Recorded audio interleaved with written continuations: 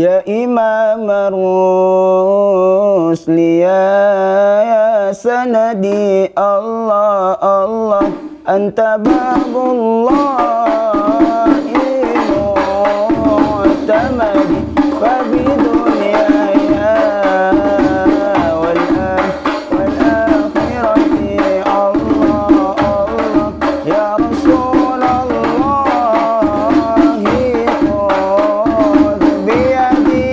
Imam Rusli ya sanadi Allah Allah anta babullahi mu'tamadi wa bidunya ya wa akhirati Allah Allah ya Rasulullah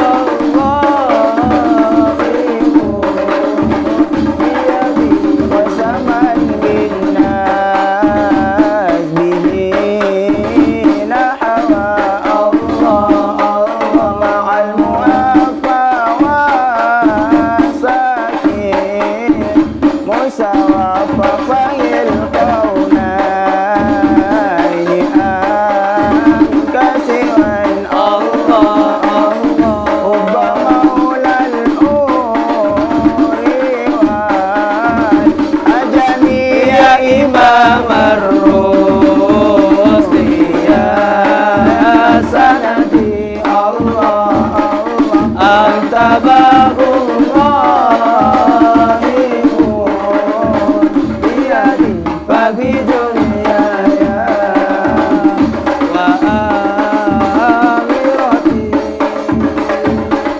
ya Rasulullah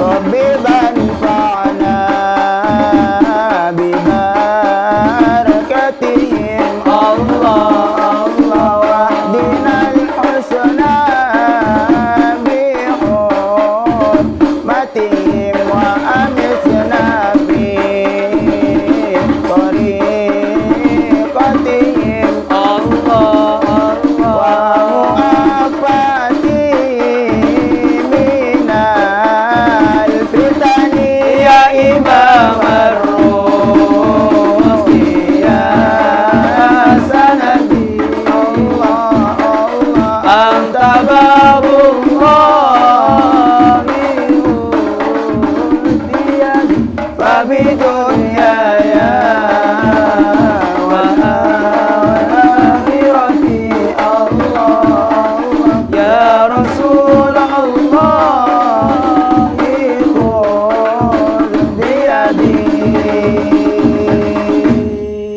Assalamualaikum warahmatullahi wabarakatuh.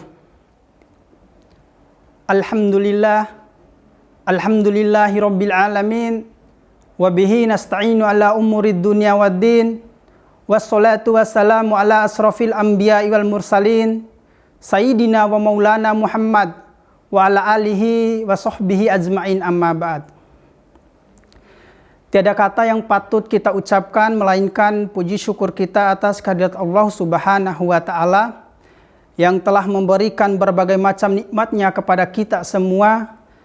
Salah satu nikmat yang Allah berikan pada kita semua pada saat ini adalah nikmat kesehatan dan kesempatan sehingga kita dapat dipertemukan kembali pada bulan suci Ramadan. Yang kedua kalinya, selawat serta salam mudah-mudahan tetap tercurahkan kepada junjungan kita, Nabi besar Muhammad sallallahu alaihi wasallam. Nabi akhirul zaman, Nabi penutup para nabi, Nabi yang mampu membentangkan permadani Islam dan yang mampu menggulungkan tikar-tikar kemusyrikan, sehingga kita umatnya mampu membedakan antara yang hak dan yang batil. Hadirin yang sama-sama berbahagia. Pada kesempatan ini, saya akan menyampaikan kultum yang berjudul Puasa Membentuk Kesalehan Individu dan Sosial. Dalam mengawali kultum singkat ini, dikisahkan suatu ketika Nabi Musa berjalan menuju Bukit Sina, tempat di mana Nabi Musa menerima perintah-perintah Allah.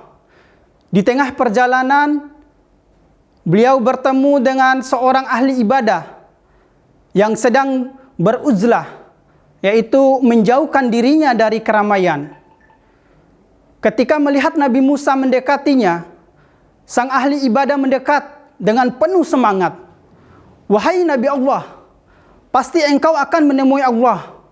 Tolong katakan kepada Allah, di surga tingkat berapa nanti aku ditempatkan di akhirat?" Kata seorang ahli ibadah kepada Nabi Musa. Nabi Musa menjawab, "Bagaimana engkau bisa memastikan dirimu akan masuk surga?" "Bagaimana tidak?" Sang ahli ibadah kembali menjawab, "Bagaimana tidak, wahai Nabi Allah? Aku mengasingkan diriku dari keramaian sudah lama selama 40 tahun. Aku telah meninggalkan segalanya. Selama itu aku tidak pernah melakukan perbuatan-perbuatan yang dilarang oleh Allah Subhanahu wa taala. Aku hanya berzikir dan beribadah kepada Tuhan. Aku tidak makan kalau tidak ada daun-daun yang jatuh ke pangkuanku. Dan aku tidak pula minum kalau bukan air hujan. Tidak pastikah aku masuk surga?" Nabi Musa kemudian melanjutkan perjalanannya di Bukit Sina. Ia berjumpa dengan Allah Subhanahu wa taala. "Ya Tuhanku, di tengah perjalananku, aku bertemu dengan seorang hamba-Mu. Dia ingin tahu di surga tingkat berapakah gerangannya, tempatnya nanti." Allah menjawab, "Wahai Musa, sampaikan kepadanya bahwa tempatnya di neraka." Nabi Musa terkejut. Ia pun kembali menemui sang ahli ibadah.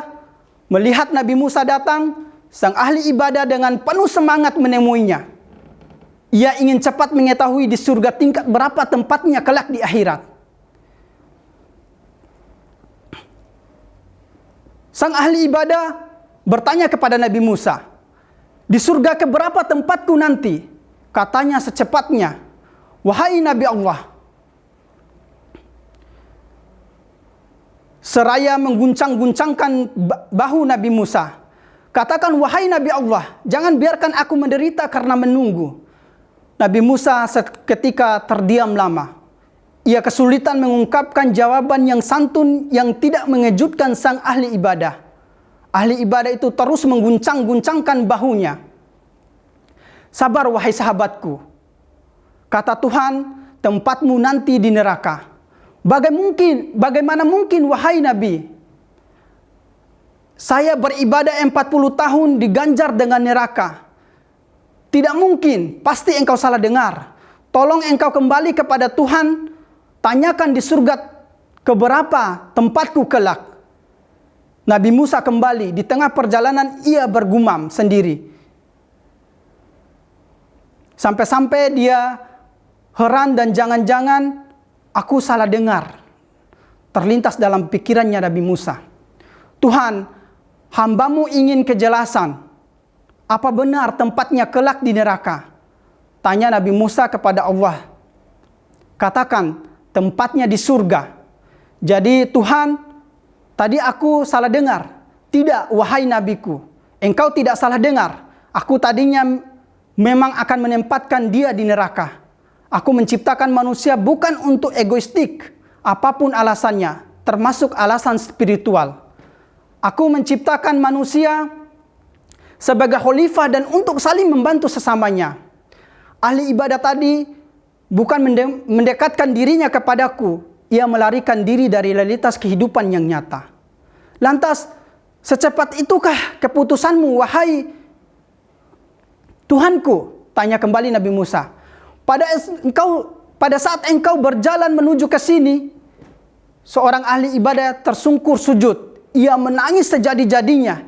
Ia memohon kepadaku, kalau benar ditempatkan di neraka, agar tubuhnya diperbesar sebesar neraka jahanam, supaya tidak ada orang lain yang masuk ke dalamnya, sehingga hanya dirinya.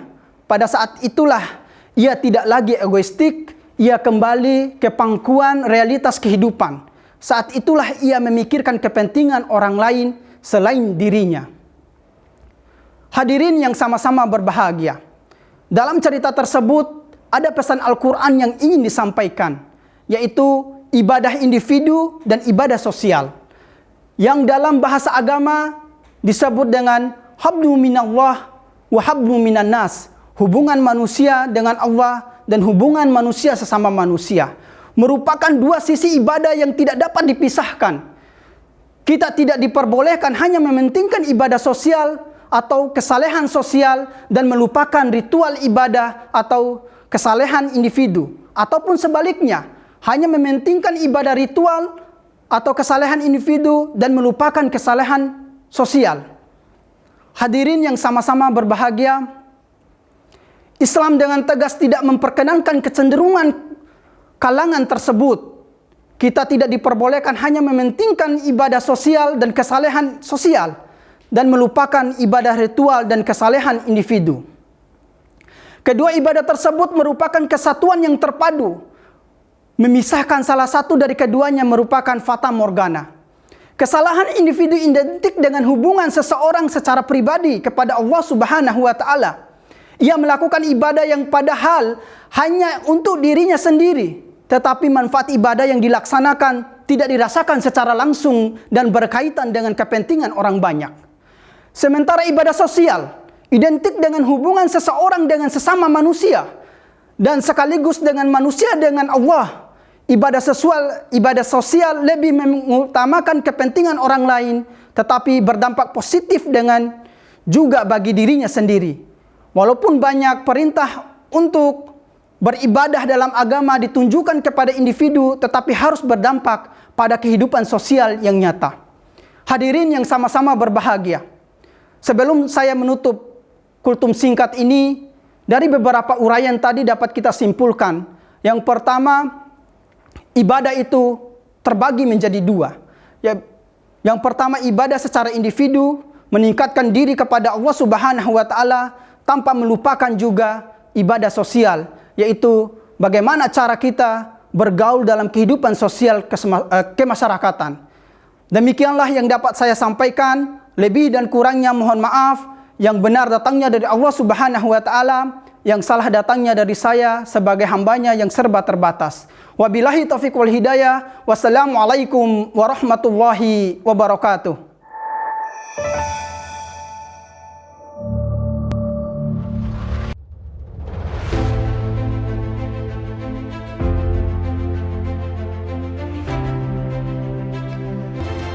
Dengan dukungan sarana dan prasarana yang lengkap, dapat meningkatkan kualitas mahasiswa yang profesional, berwawasan luas, dan mempunyai kemampuan dalam usaha pengembangan ilmu pengetahuan, teknologi, dan seni yang terintegrasi dengan nilai-nilai keislaman.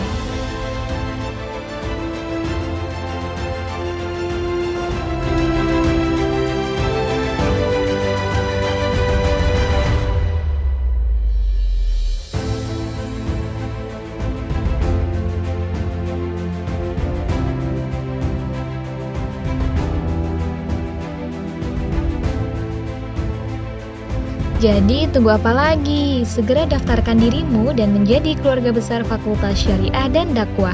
Info selengkapnya kunjungi klik www.iainsorong.ac.id.